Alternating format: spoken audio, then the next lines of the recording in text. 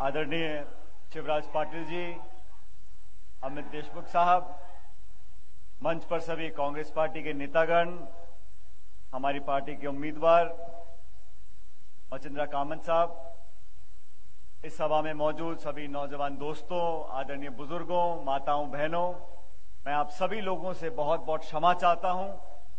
आने में बहुत देर हुई, लेकिन किस्मत में लिखा था कि आखिरी के 10 मिनट आपसे अपनी बात बोलनी है। मैं साथियों, आज सुबह जयपुर से जोधपुर गए, जोधपुर से मैं अजमेर गया, अजमेर से मैं नांदेड़ आया। वहां जाके पता पड़ा कि शाम हो गई और हेलीकॉप्टर से नहीं जा सकते हैं।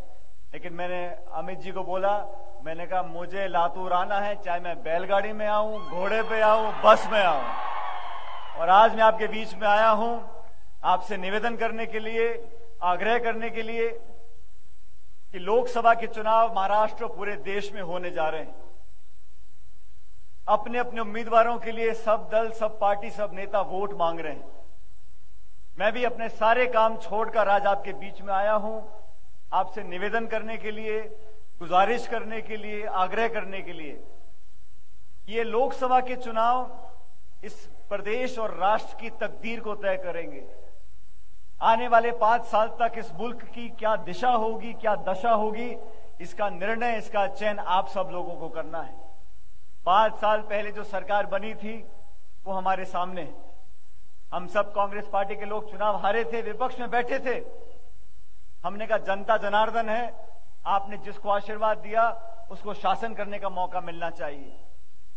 आज 5 साल पूरे हुए। मैं सवाल करना चाहता हूं केंद्र की सरकार से, आपको पूरा बहुमत मिला, पूर्ण बहुमत, 30 साल के बाद पूर्ण बहुमत की सरकार दिल्ली में बनी। आपने बहुत लंबे लंबे वादे किए, किसान की आमदनी दुगनी कर देंगे, प्रतिवर्ष 2 करोड़ लोगों को रोजगार देंगे, कालाधन लेकर आ जाएंगे, हर एक के खाते में 15-15 लाख रुपए जमा हो जाएंगे। मैं आज पूछता हूं भाजपा के नेताओं से कि आपने जुमले दिए, झूठे वादे किए, कहा निवेश होगा, रोजगार मिलेगा, कालाधन समाप्त हो जाएगा, महंगाई खत्म हो जाएगी। आज पूरे 5 साल का समय आपको दिया, लेकिन मुझे दुख के साथ कहना पड़ता है, कल के दिन भाजपा का मैनिफेस्टो निकला, वही पुराने वादे, 2022 में ये करेंगे, 2024 में यह करेंगे।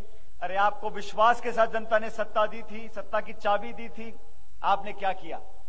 पूरे हिंदुस्तान में, महाराष्ट्र में, इस पूरे मुल्क के अंदर एक ऐसा खतरनाक माहौल पैदा किया है, दमन की राजनीति करी है, लोगों को लोगों से बढ़ा दिया है, जहर घोला है समाज के अंदर। कौन क्या खाता है, किसकी पूजा करता है, क्या भाषा बोलता है, किस जाति बिरादरी का है, किस रंग का है, इस पर राजनीति होनी चाहिए? या किसान पर, खाद, बीज, बिजली, महंगाई, स्कूल, सुरक्षा, शिक्षा, इनकी कोई चर्चा नहीं करना चाहता। भाजपा के नेताओं ने बहुत बड़ी बड़ी बातें बोली और मैंने असलियत देख ली। मैं सड़क रास्ते से आया, नांदेड़ से लातूर, कमर टूट गई। 120 किलोमीटर का रास्ता, 3.5 घंटे, पूरा पेट का पानी हिल गया यहां से वहां तक। इनको कोई चिंता नहीं सड़क की, कोई चिंता नहीं निवेश की, उद्योग लगे ना लगे, इनको तो सिर्फ समाज में जहर घोलना है, भाई को भाई से लड़ाना है। इस हिंदुस्तान के संविधान में जो अधिकार सब लोगों को दिए हैं, ये वरदान है, आशीर्वाद है हमारे पूर्वजों का, उसको छीनना चाहते हो, उसको तोड़ना चाहते हो। आक्रमण की राजनीति, दमन की राजनीति, ये इस देश के समाज और देश की संस्कृति से मेल नहीं खाती। जो लोग अपने आप को ठेकेदार मानते हैं धर्म के, मैं उनसे पूछना चाहता हूं, इस भारतवर्ष का इतिहास 5000 साल पुराना है। हर मजहब के लोग, हर जाति के लोग, हर बिरादरी के लोग, हर भाषा बोलने वाले लोग यहां पर रहते हैं। 5000 साल से आपस में प्यार, प्रेम, भाईचारा, मोहब्बत है, उसको क्यों तोड़ना चाहते हो? वोट लेने के लिए लोगों को क्यों लड़ाना चाहते हो? आपको वोट दिया था सिंचाई का पानी आएगा, खाद बीज आएगी, नौकरियां लगेंगी, हमारी मां बहन बेटियां सुरक्षित रहेंगी। लेकिन आपने क्या किया 5 सालों के अंदर? जिन संस्थाओं को 70 साल की मेहनत से हम लोगों ने खड़ा किया, उन संस्थाओं को चुन चुन कर नष्ट करने का काम किया। हमारे गणतंत्र में, लोकतंत्र में, लोकशाही में हम लोगों ने बहुत त्याग बलिदान दिया। कांग्रेस पार्टी चुनाव जीती भी है, हारी भी है, लेकिन हमने कभी हमारी संस्थानों को नष्ट करने का काम नहीं किया। 4 सुप्रीम कोर्ट के जज आके प्रेस कॉन्फ्रेंस करते हैं, कहते हम काम नहीं कर सकते। आज नौकरशाही पे दबाव है, आज हमारी न्यायपालिका पे दबाव है, मीडिया पे दबाव है। आजकल सब लोग व्हाट्सएप से कॉल करते हैं, लोगों को भय है, खौफ है। और भाजपा से कोई सवाल पूछ ले, केंद्र की सरकार से, प्रदेश की सरकार से कोई सवाल पूछ ले, तो कहते हैं आप राष्ट्र विरोधी हो।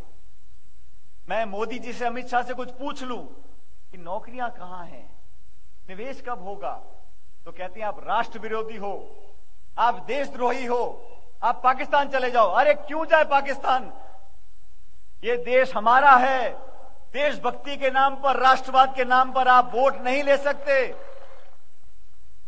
हमारी सरहद पर जो सैनिक खड़े हैं वर्दी पहनकर, रेगिस्तान में, बर्फ में, जंगल में हमारी सरहद की सुरक्षा करते हैं, वो हमारे देश के मान सम्मान के प्रतीक हैं। 125 करोड़ के इस मुल्क की हिफाजत वो सैनिक करता है। वो किसी जाति के नहीं है, किसी धर्म का नहीं है, किसी भाषा का नहीं है, पूरे हिंदुस्तान की अमानत है। लेकिन आप हमारे वीर सैनिकों के शौर्य और बलिदान की आड़ में अपनी नाकामियों को छुपाना चाहते हो। आप अभी महाराष्ट्र में आए थे 2 दिन पहले, फिर लंबे लंबे भाषण देंगे। जो लोग आपको पानी पी पी कर कोस रहे 5 साल तक, शिवसेना ने कोई कमी नहीं छोड़ी भारतीय जनता पार्टी को नीचे खींचने में। लेकिन सत्ता का लालच है, फिर जाके हाथ जोड़ के खड़े हो गए, एक मंच पर आ गए। विपक्ष की पार्टियां गठबंधन कर दें तो कहते हैं महामिलावट है। और आप पूरे देश भर में हाथ जोड़ जोड़ के सोगों को अपने साथ जोड़ रहे हो। नीतीश कुमार जी की बिहार में 2 सीटें थी, उनको 17 सीटें दी। उद्धव ठाकरे जी ने, ऐसा कोई शब्द नहीं बचा शब्दकोश में जो मोदी जी के खिलाफ इस्तेमाल नहीं किया हो 5 साल तक। लेकिन जब चुनाव आया, सत्ता जाती दिखी तो सबसे हाथ मिला लिया। मैं साथियों आप लोगों से करबद्ध निवेदन करता हूं कि आज कांग्रेस पार्टी के उम्मीदवार जीत कर जाएं, कांग्रेस सत्ता में आए, ये बहुत जरूरी नहीं है। लेकिन इस देश के अंदर हमारी आवाज बुलंद रहे, लोकतंत्र मजबूत रहे। कोई भरोसा नहीं है, ये लोग दोबारा जीत गए तो आगे चुनाव होंगे भी नहीं होंगे किसी को मालूम नहीं है। ये सब कुछ कर सकते हैं। हमारे स्वतंत्रता को आज चुनौती है। महाराष्ट्र के लोगों से, लातूर के लोगों से कहना चाहता हूं, ये वो जिला है, ये वो प्रदेश है। आज मैं विलासराव देशमुख जी को याद करता हूं, उनके साथ मुझे काम करने का मौका मिला। विलासराव जी मुख्यमंत्री रहे, केंद्र में मंत्री रहे, समय से पहले उनको हमारे बीच से जाना पड़ा। लेकिन इस जिले के विकास में जो काम उन्होंने किया, और आज हमारे भाई अमित जी कर रहे हैं आप लोगों के सामने। शिवराज पाटिल साहब स्पीकर रहे, मंत्री रहे, हमारे साथ काम किया, हमारे बड़े बुजुर्ग हैं, आदरणीय हैं। इन सब लोगों ने त्याग, तपस्या, समर्पण भाव से महाराष्ट्र की, लातूर की सेवा करी है। और आज इनके कहने पर राहुल गांधी जी के हाथ मजबूत करने का दायित्व आप लोगों के ऊपर है। ये जिला कांग्रेस का गढ़ था, कांग्रेस का गढ़ है और कांग्रेस का गढ़ रहेगा। ये जिम्मेदारी आप लोगों की है। मतदान का दिन 18 तारीख है ना, 18 तारीख को वोट पड़ेगा। अभी 10 बजने वाले हैं, 1-2 मिनट बचे हैं। मैं तो इतनी दूर से चलकर आया हूं, आप लोगों से आग्रह करने के लिए और आप लोगों का विश्वास लेने के लिए। हमारे उम्मीदवार को जिताना है, हाथ का बटन है, इस बटन पर दबाना है। दोनों हाथ खड़े कर कर मुझे बता दो कि लातूर से कांग्रेस पार्टी लाखों वोटों से जीत कर जाएगी। मैं जब जब लातूर आया हूं, देशमुख जी ने, अमित जी ने जब भी मुझे यहां पर आने के लिए बोला है, मैं सारे काम छोड़कर यहां पर आता हूं। यहां की जनता ने जो प्यार और आशीर्वाद मुझे दिया है, मैं लातूर आता हूं, आप लोगों से मिलता हूं, तो मेरा भी आधा लीटर खून बढ़ जाता है।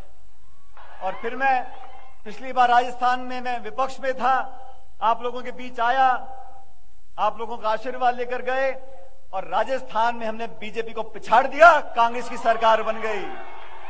मध्य प्रदेश में, छत्तीसगढ़ में, राजस्थान में कांग्रेस का शासन आ गया। अब वो दिन दूर नहीं है, चंद महीनों की बात है। दिल्ली पे शासन आ जाए, फिर मुंबई में हमारा राज आएगा, कांग्रेस की सरकार बनेगी महाराष्ट्र के अंदर। 18 तारीख को आप लोग कांग्रेस को जिताओगे, मुझे पूरा विश्वास है। और मैं समझूंगा मेरा लातूर आना सफल हुआ जब आसपास के पूरे क्षेत्र में, सभी जिलों में कांग्रेस पार्टी के उम्मीदवार जीत कर जाएंगे। हो सकता है 23 मई को जब परिणाम आएंगे, इस मुल्क में नई सरकार का निर्माण होगा, एक नया प्रधानमंत्री हमारे बीच में आएंगे। राहुल जी के नेतृत्व में हम सब लोग काम कर रहे हैं। विपक्ष में रहते हुए भी अपने सिद्धांतों से कभी हमने समझौता नहीं किया। अब आप लोगों से निवेदन है, 23 को जब मतगणना होगी, मैं जयपुर में बैठा होऊंगा, लेकिन आपसे निवेदन करके जाता हूं, हमारे हाथ के निशान के बटन को जब आप दबाओगे तो टी करके बोलता है, वो टी की आवाज मुझे जयपुर में सुनाई पड़ जाए कि आपकी वोट पड़ गई है। आप सबका बहुत बहुत धन्यवाद। जय हिंद, जय महाराष्ट्र।